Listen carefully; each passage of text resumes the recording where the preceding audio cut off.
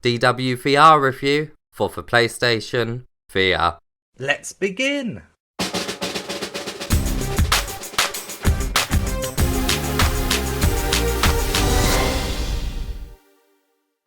First up, let's take a look at the gameplay.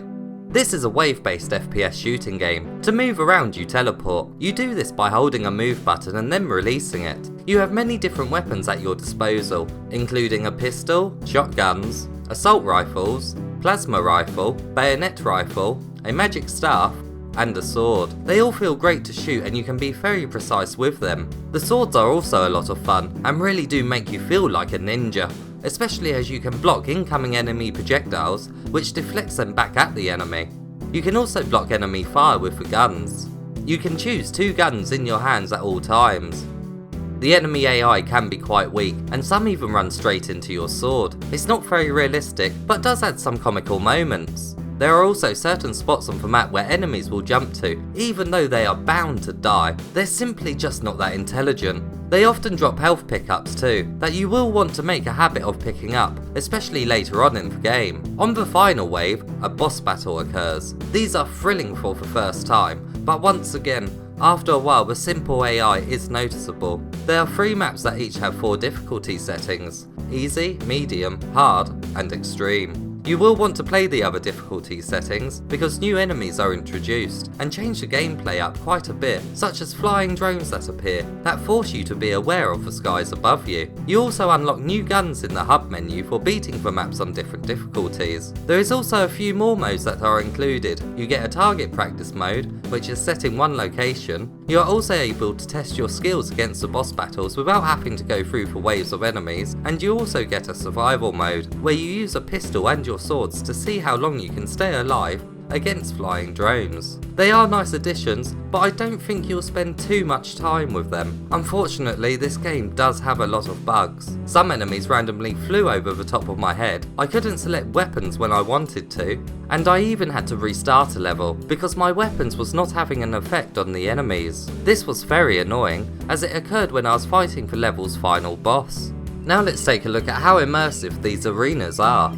The depth is decent and is obviously amazing when enemies are close to you. When a drone eventually explodes, it's very satisfying and the explosion is quite decent. The arenas don't get too long to get used to their layout and really do remind me of the Quake games. Even the visuals have the same style. The weapon models are greatly detailed and really do feel like they are in your hands. The vibration coming from the move controllers is perfect for each gun. Shotguns really pack a punch and the machine guns buzz constantly in your grip. The vibrations are done just right. The menus are not the best of quality and the game's tutorials come in text form and do a very poor job at teaching you what the game has to offer. Apart from the guns that sound great, the other sound effects are very weak, especially for ones coming from enemies. Sometimes, they didn't even have a sound effect at all, for actions they perform, which often caused my death when something was behind me, and it just makes the game feel incomplete.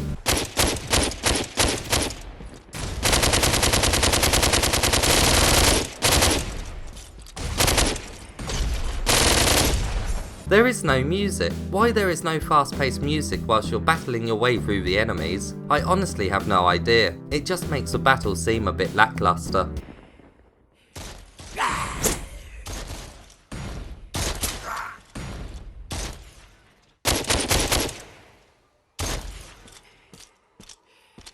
Now let's take a look at the setup and what controllers the game supports. I played this game in a seated position just under 2 meters away from the camera. The head tracking was perfect and I didn't get motion sickness, even though I was teleporting around the maps a lot. Although it is best to stand so that you can swing around at enemies more quickly, but because of how fast paced everything is, I did get confused about where I was standing in the real world quite often, resulting in the move controllers not being detected by the camera. The game can be played with a DualShock controller or 2 move controllers. The game also supports the aim controller, but unfortunately I haven't been able to afford one yet. My time with the game was mainly spent with the move controllers.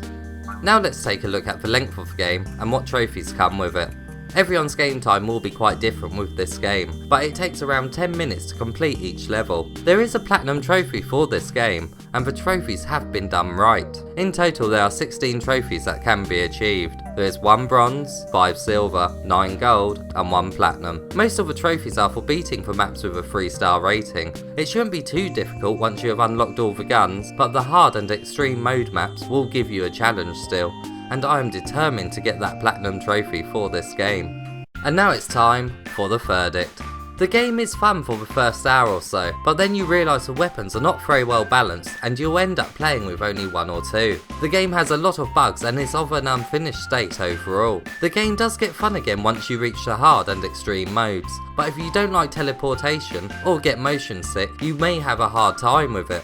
You really do need to be moving around a lot on the harder modes. The new enemies were always a thrill to see for the first time and experience their attack pattern, but you soon see them acting in odd ways. If you want to know what Doom is probably going to feel like, this is a nice little tester. A multiplayer mode is desperately needed and would make this game a game that I'd be coming back to all the time. The arena layouts already feel like other players should be in them. Once again, it can be fun, but all VR games where you can hold a gun and shoot are pretty decent to a certain extent. This has been one of the harder games for me to give a score to, because I have had some of my best FPS VR moments with this game, but I do have to review it as a whole package, bugs and all. 6 out of 10. If you enjoyed this review and found it helpful, please give me and Beep a thumbs up, it really does help us out.